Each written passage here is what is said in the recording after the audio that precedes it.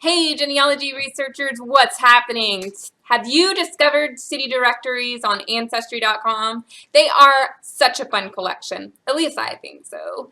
I want to show you in this video how you can find City Directories for your ancestors if they come up in search, or how to search a City Directory if it gets a little messed up. Like Krista Cowan said, it's a self-healing collection, and I'll show you why in just a minute.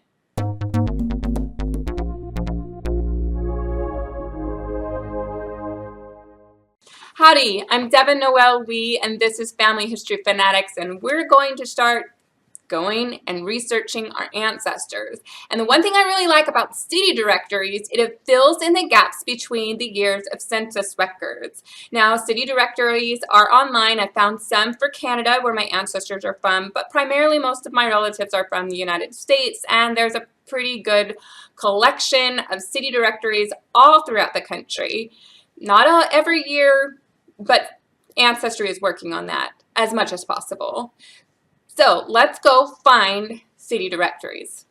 So here's a profile from my grandpa Lou. We're going to be looking for him, and as I scroll down, I will show you that there are a number of times I've already found him in City Directories, and it will highlight where he was and what he was doing, kind of like a phone book with occupations attached.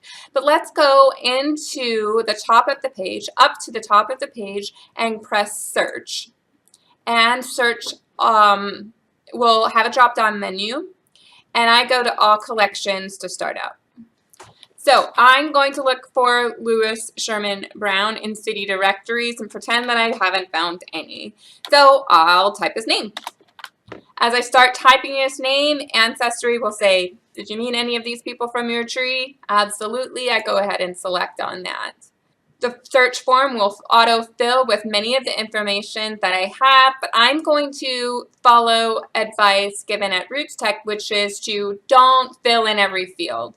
So I'm going to get rid of any place that he lived that is auto-populated and his relatives, and just focus on him and where he would be in the City Directories. So I'm just going to X out. Now that I've removed all of the details, I'm just going to put a location and a time frame and then search. Click on lived in. I know he lived in Columbus, Ohio about 1930. Actually, all of his life from 1918 to 1968. But let's just throw in 1930. We want collections to focus on just U.S. collections, so I'm going to change these form right there. I don't want photos and maps. I don't want family trees. I'll leave the stories, publications, and historical records. I'm going to go ahead and press search. If you have built your tree in Ancestry.com and started attaching sources to that tree, when you do a search, Ancestry will tell you at the top of your search results records that have already been attached to your relative. But we are looking for City Directories. So we need to come down to Directories and Member List. You see that right there on the left? Directories and Member List. Clicked on that. Once you have clicked on that filter, now we have City Directories on the left. Over here, Society and Employment, Church Records. We're going to click one more time to just focus on City Directories. Now, there are a lot of opportunities to find Lewis in the City Directories. There's pages and pages and pages of entries, and it's up to me to put on my genealogy hat to go find the ones that match my relative. Let's check out the one from 1956 and see if it might be him. I'm going to click on this entry right here. If I click too fast, it will give me a preview, but right now I'm going to go ahead and look at the actual entry for this page. Now, again, as you're researching, you need to know some clues as to where your relative lives in order to identify who is whom. In this case, Lewis Brown is not an uncommon name, but I know that he lived at 716 Hanford Street, and he was a salesman. He was a delivery man. So I can go ahead and look at the image.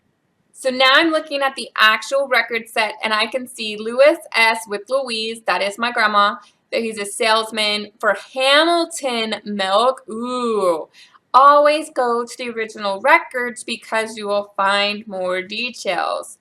Hamilton Milk is the name of the company he's working for, and he is at Hanford Street. That's his home. That's his residence. If I want to save that entry to the tree, I come up here and press Save. Save to person in your tree, and then I need to type his name. Louis Sherman, and look, his name comes up. Be careful when names are similar that you pick the right one. Louis was my grandpa, Louis Sherman was my great-grandpa, so I want to select this one and press Save. So Ancestry asked me if I want to add this new bit of information to my tree, and I say yes, and look, I can also click on Louise and have this resident information brought over as well.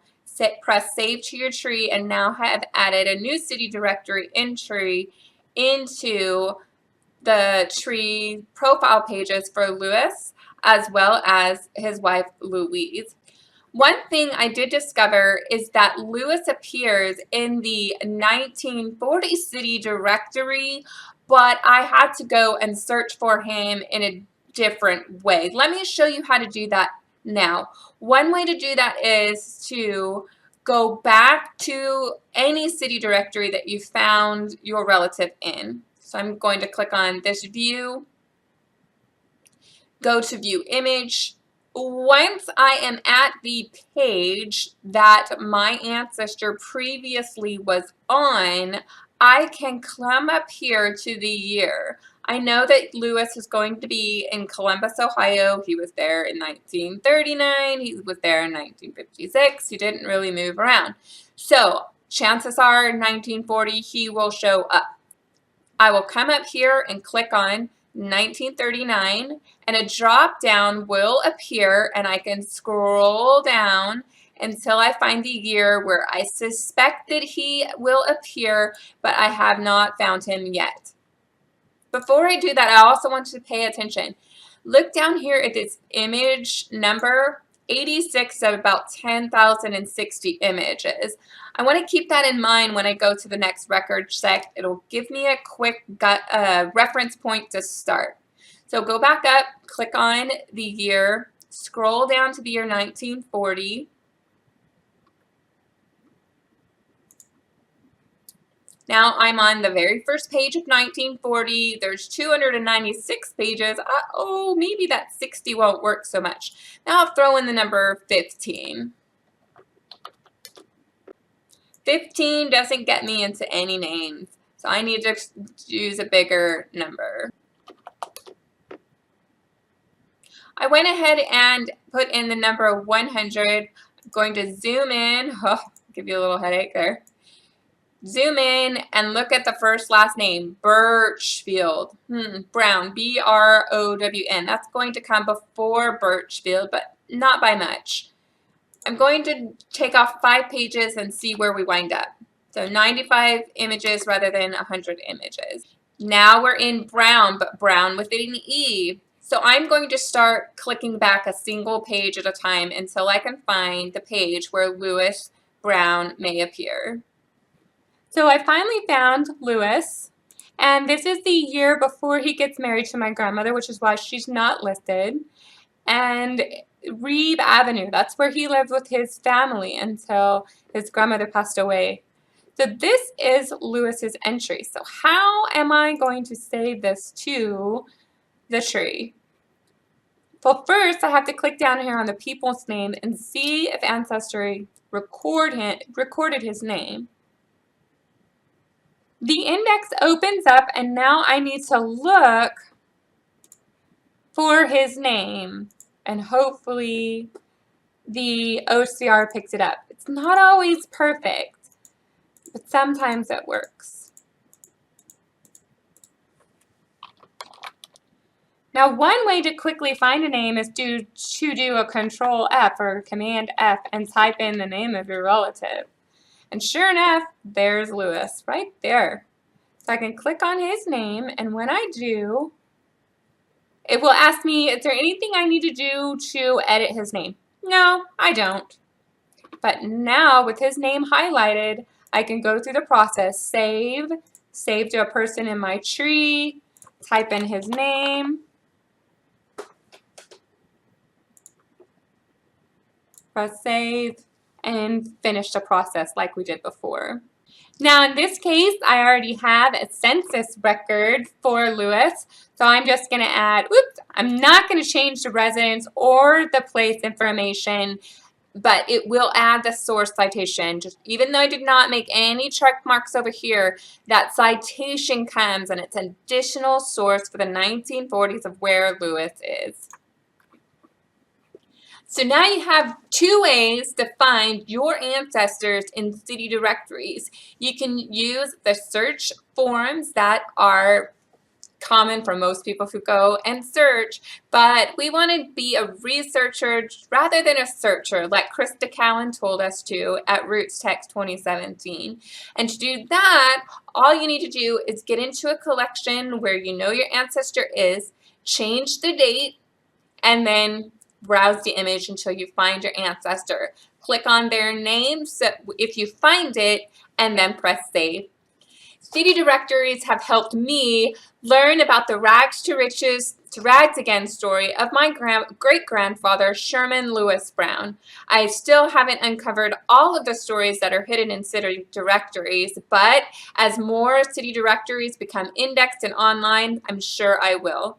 If you have any further questions about using city directories in your research, be sure to leave a question below in the comments section. If you have any other questions about using Ancestry or their collections, be sure to add those as well. I'm Devin Noel Lee, and this is Family History Fanatics.